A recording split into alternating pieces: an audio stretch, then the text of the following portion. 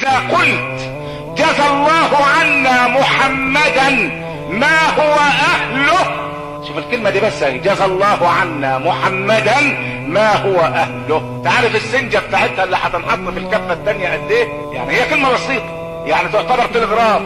جزى الله عنا محمدا ما هو اهله. انت عارف الكلمة دي النبي قال فيها ايه؟ من قالها فقد اتعب 70 من كتبة الملائكة يكتبون له ثوابها 1000 صباح.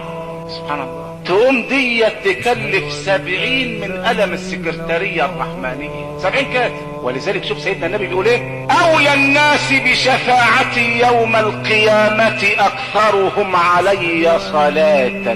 محمد رسول الله، أشهد أن محمد رسول